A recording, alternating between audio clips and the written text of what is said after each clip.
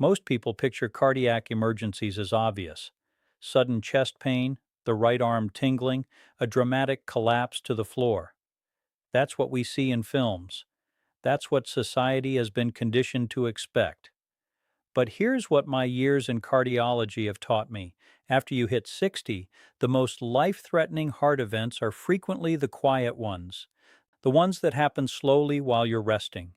No alarm bells, no time to react, no opportunity for correction. And here's what genuinely surprises almost every patient when I explain this in my office. These events are almost always preceded by something mundane, something perfectly ordinary, something you did without a second thought before closing your eyes for the night. I've spent more than 2 decades in operating rooms, restoring coronary function, holding beating hearts. I've also spent those same 20 years witnessing identical preventable circumstances show up repeatedly in people who were completely unaware of their own nightly habits.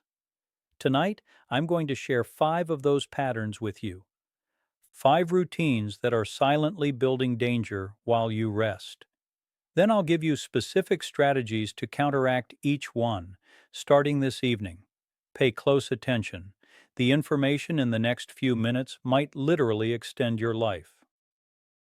I've created a comprehensive guide called Stand Strong, the doctor's fall-proof method for life after 70 that addresses exactly this kind of lifestyle protection. This isn't just theory, it's a complete system designed to help you strengthen your foundation, improve your stability, manage your movement patterns, minimize fall risk, maintain your independence, and follow a structured program that goes far deeper than what we can cover in a single video. While this presentation shares crucial insights, the complete step-by-step protocol is in the ebook, which has already helped and been purchased by thousands of people protecting their health. You can grab your copy through the link in the pinned comment or in the description below. Now, let me walk you through what actually happens inside your body when darkness falls. Your heart doesn't power down when you drift off. Instead, it transitions into a different operational mode. Normally, when you sleep, your cardiovascular system undergoes a natural reset. Your blood pressure typically decreases between 10 and 20% relative to your daytime readings. Your pulse slows, your vessel walls soften. It's your body's built-in maintenance cycle, something your physiology has been designed to do since birth. This changes significantly after 60. Your arteries lose their elasticity. Pressure regulation systems become less responsive. The hormonal protections your heart once enjoyed through the night gradually fade, and your tolerance for stress becomes considerably narrower. Think of it this way: during waking hours, your cardiovascular system has redundancy. It adjusts. It compensates. During sleep, many of those safeguards essentially shut down. Your body is functioning with minimal staffing. That's why nighttime becomes so dangerous after 60. That's why the hours between midnight and sunrise represent the highest vulnerability window for cardiac events and cerebral incidents in older populations. Not the afternoon hustle, not the morning rush, the silent hours. The hours nobody watches, yet your choices determine everything. Here's what truly matters. Those nighttime hours are shaped almost entirely by what you do before sleep. Your evening meal, your medication choices, your room's conditions, decisions that seem trivial. That's exactly what we're about to explore, beginning with the single habit that shocks my patients the most. Let me ask directly, when did you eat your last meal yesterday evening? And what did you consume? I pose this question to virtually every patient. A surprising number of people over 60 reveal they dine around 8, 9, or even 10 at night. A substantial portion, pasta, proteins, fried selections, followed by television time and sleep within moments. I recognize how it happens. Demanding schedules, family obligations, established patterns, yet cardiovascular research reveals this pattern poses genuine danger to your heart. A large meal consumed close to bedtime represents one of the most overlooked cardiovascular stressors. Your body's digestive machinery requires explosive circulation increases. Your heart works harder. Your pressure climbs. Blood triglycerides, the circulating lipids, spike sharply within 120 to 240 minutes following consumption. Combine this with entering sleep. Your system anticipates the evening as a quiet period, not an internal emergency. Instead, your heart is straining to process a heavy dinner while simultaneously attempting to transition into recovery mode. These two demands conflict directly. For individuals over 60 experiencing existing vessel rigidity, this collision carries serious cardiac ramifications. Research consistently proves that eating within 2 to 3 hours before sleep connects to raised nighttime pressure, heightened reflux disease that can mimic or provoke cardiac symptoms, and greater probability of cardiac events during sleep hours. The answer is straightforward. Complete your primary eating by 6 or 7 in the evening, ideally.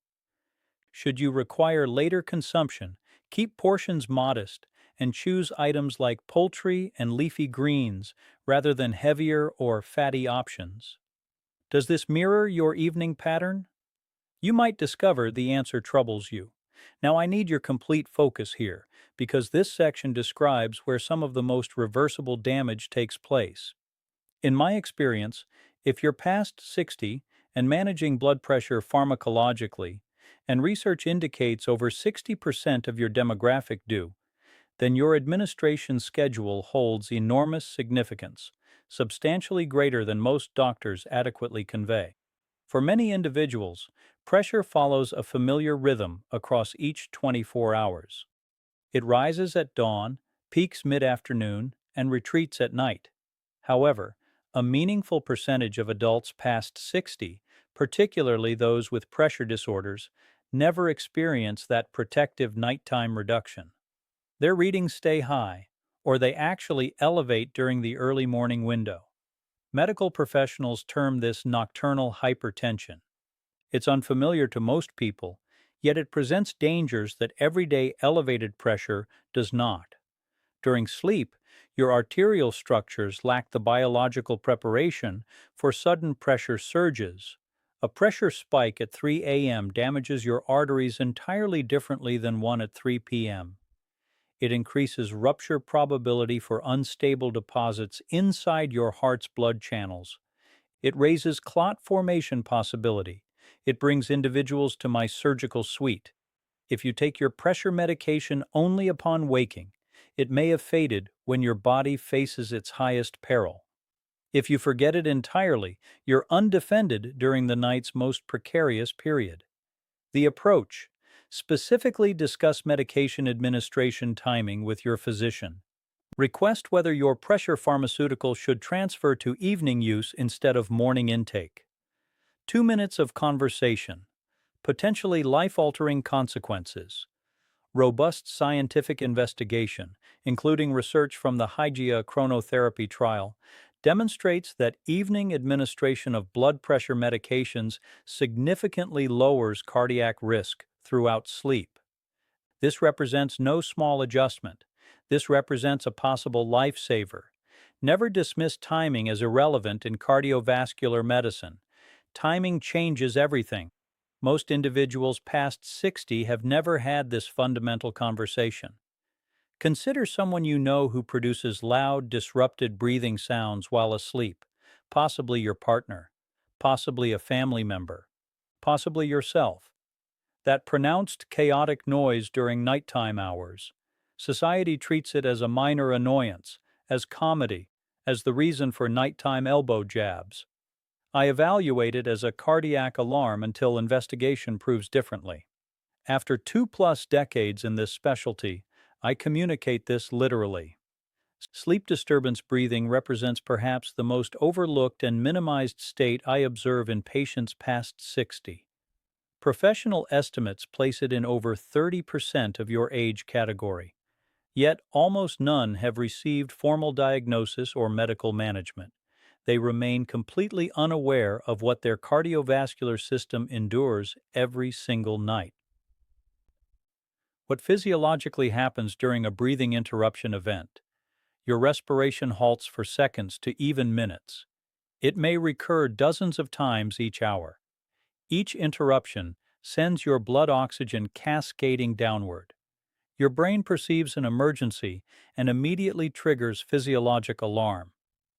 Adrenaline rushes, stress hormones increase, your pulse suddenly spikes, your pressure surges sharply. Your heart receives an abrupt activation while the rest of your frame continues resting. Repeatedly, persistently, for years. Visualize that repeating 30, 40, perhaps 50 instances in a single night.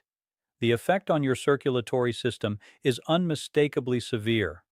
Breathing interruption sleep disease connects to tripling your cardiac event probability.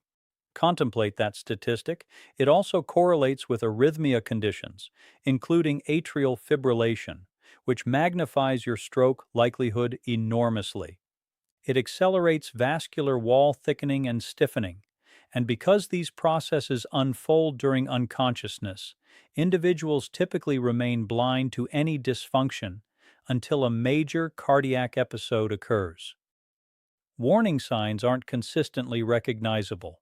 Loud respiratory noise qualifies, yet additional indicators exist. Notice whether you rise with head pain, experience exhaustion despite full sleep, urinate excessively at night, wake with a parched mouth, or awaken with breathing interruption sensations. Should any of these resonate, request your physician order a sleep diagnostic exam. Here's my direct guidance to every patient. If you snore intensely, exceed 60 years, and carry any cardiovascular or stroke history, sleep apnea screening isn't elective. It's mandatory cardiac defense, full stop. The remedy, generally a CPAP apparatus, isn't particularly elegant. I acknowledge this. However, the research documenting its cardiac advantages is extraordinary. People employing this equipment consistently demonstrate measurable pressure improvement, decreased arrhythmia frequency, and dramatically reduced cardiac risk. One intervention, one practice, substantial safety. Does someone in your residence produce noise during sleep? Has anyone mentioned your breathing pauses? Examine this honestly now. Let's examine another practice grounded in very sensible logic, which explains why it's so readily neglected. Numerous people past 60 deliberately limit evening fluid consumption. The rationale is perfectly understandable. They wish to prevent 2 a.m. bathroom visits. Fractured sleep irritates people. Rising during darkness escalates fall possibility. Consequently, they restrict drinking after the evening meal, sometimes after afternoon hours. I fully grasp this reasoning. From a cardiac standpoint, however, approaching sleep in a dehydrated condition creates genuine vulnerability, and virtually nobody addresses this. Dehydration concentrates your blood. It becomes denser. Movement through your circulatory pathways slows. For a younger cardiovascular system, this normally presents minimal concern. For someone past 60 carrying existing arterial hardening and fatty deposits, the circumstance transforms entirely. Concentrated blood navigates narrowed, rigid passages more sluggishly. It also shows increased tendency for risky clot formation. Consider the temporal factor most people miss. Your resting heart operates at reduced pace. Circulation diminishes. Add concentrated blood to decreased movement within stationary physiology for 7 to 8 hours, flowing through potentially partially obstructed vessels. That mixture, concentrated blood, diminished cardiac rhythm, absent activity, and pre-existing arterial compromise represents a major explanation for why heart attacks and strokes predominantly strike during early daylight hours. The remedy is elegantly uncomplicated. Consume 1 full glass of water before sleep. A modest quantity, roughly 8 ounces, suffices. sufficient to avoid unnecessary blood concentration throughout the night. Position a second glass on your sleep surface for any 2 a.m. thirst. Thirst at that hour reflects your body's and your heart's actual requirement. You needn't sacrifice sleep quality to maintain cardiovascular welfare. Here exists one additional pattern that genuinely astonishes nearly everyone I mention it to, since it seems remarkably minor to produce measurable benefit. What number displays on your sleeping quarters thermometer at night? Nearly nobody approaches this from a cardiac health angle. They think about personal comfort. They think about preference. Yet your circulatory system operates optimally within particular temperature parameters. Outside these zones, your cardiovascular system quietly demands substantially greater output. Consider an excessively heated sleeping environment. As temperature climbs above roughly 22 degrees Celsius, roughly 72 degrees Fahrenheit, your body continuously expends effort to eliminate accumulated warmth. Circulation pathways expand, your pulse stays higher, you generate more moisture, which triggers additional fluid loss, returning us to our dehydration situation. More significantly, your sleep depth suffers. You shortchange the deep restorative sleep phases. These are precisely when your heart performs its most critical nighttime rejuvenation and recovery functions. Now consider the opposing situation. Genuinely chilled surroundings, below approximately 16 to 17 degrees Celsius, generate a completely distinct cardiovascular burden. Cold activates vessel tightening. Your circulatory pathways narrow to preserve central temperature. This narrowing elevates your pressure. Your heart must pump with greater difficulty. For individuals managing artery disease or pressure problems, that nighttime pressure elevation carries real weight. The ideal sleeping quarters temperature for restorative rest and cardiac defense ranges between 18 to 22 degrees Celsius or 65 to 72 degrees Fahrenheit. In this window, your system achieves what's termed thermal equilibrium. Your vessel architecture remains pliable, your cardiac rhythm stays calm and regular, your sleep maintains its depth and restorative character. One thermostat selection. Genuine safeguarding. Everything presented so far might sound like an expanding catalog of concerns, yet consider reframing. When you aggregate all 5 patterns, what emerges is a pragmatic methodology for defending your cardiovascular system every evening. I refer to this as the heart's protective nightly regimen. It slots into regular existence without demanding fundamental behavioral overhauls. Here's the structure. Between 6 and 7 p.m., eat your principal portion. Select poultry choices, vegetables, and moderate carbohydrate portions if preferred. Not an enormous celebration, not skipping nutrition, merely balanced eating at a fitting hour. This provides 3 to 4 hours for digestion completion before sleep arrival. Approximately 7 p.m., direct attention to hydration and your pharmaceuticals. If Dr. Alan Mandel hasn't specifically discussed administration timing for your pressure medication with you, treat this as your prompt to initiate that dialogue. For numerous individuals, evening administration delivers measurably superior protection. Take this conversation seriously. Between 8 to 9 p.m., enter your relaxation window. Take an unhurried stroll, read literature, engage in peaceful discussion. This interval works well for eliminating electronics, especially phone illumination, which blocks melatonin production and sustains nervous system engagement excessively long before rest. By 9 p.m., configure your sleeping quarters, regulate your thermostat, bring in outside air momentarily if needed. Position water at your bedside. These preparations consume under 90 seconds, yet they're consequential. By 10 p.m., you're in bed. And one additional no-cost suggestion: if you snore or someone's mentioned your breathing stops, position yourself sideways rather than supine. Rear positioning can severely intensify airway blockage. Merely adjusting your sleeping orientation can meaningfully decrease breathing interruption frequency while obtaining formal assessment.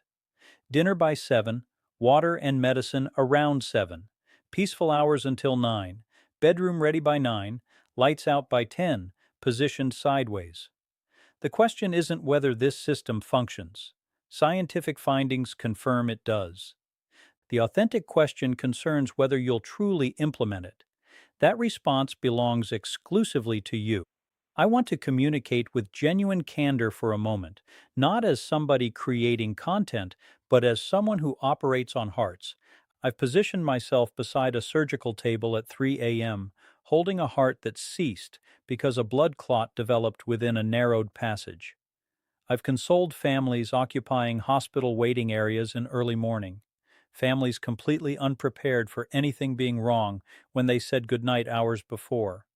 I've examined post-mortem findings for individuals preparing their grandchildren's celebrations just days prior. And consistently, the elements weren't mysterious. They were a late evening meal, a forgotten pharmaceutical dose, an uncomfortably warm sleeping space, a physiology that quietly became moisture deficient, an airway deteriorating in silence while snoring was considered inconsequential. These aren't exotic circumstances. They comprise the ordinary background of countless regular evenings. Yet repeated, accumulated across years, this background can eventually become the cardiac episode that nobody anticipated because nobody understood where to look. My greatest learning from over 20 years in surgical practice: most hearts requiring my intervention didn't decline from random chance. They declined from information shortage, comprehension the patient simply hadn't been given. You now possess this information. Your question is what you'll enact with it this evening. Not someday, not following your subsequent appointment, this evening. So let me consolidate everything. 5 patterns, 5 remedies. Exit this video with a concrete approach, not vague apprehension. First, wrap up your principal meal by 6 or 7 p.m. No extreme measures, simply sensible nutrition at a sensible moment. Second, consult your physician regarding your medication timing. Particularly investigate whether evening intake suits you. Single conversation, potentially your year's most consequential medical exchange. Third, should you snore, experience morning exhaustion, or anyone's mentioned breathing pauses, get formally examined for sleep disturbance breathing. Past 60, this becomes non-negotiable cardiac defense, not optional. Fourth, drink 1 water glass pre-sleep. Place another beside your bed. Don't allow your blood to concentrate simply to bypass nighttime restroom trips. Fifth, manage your sleeping quarters between 18 to 22 degrees Celsius or 65 to 72 degrees Fahrenheit. This minor change protects your vessels and costs nothing. Now I'd genuinely like you to respond below. Which of these 5 patterns describes you? I'd guess at minimum 2 or 3 feel recognizable. You're absolutely not singular if they do. Nearly every patient recognizes themselves somewhere on this collection. The distinction now: you comprehend the interventions. Should this video resonate, distribute it. Virtually certainly, someone significant to you, your partner, a sibling, a dear companion, another person you care for past 60, has never linked their nighttime routines to cardiac function. Forward this video. Treasure your cardiovascular system.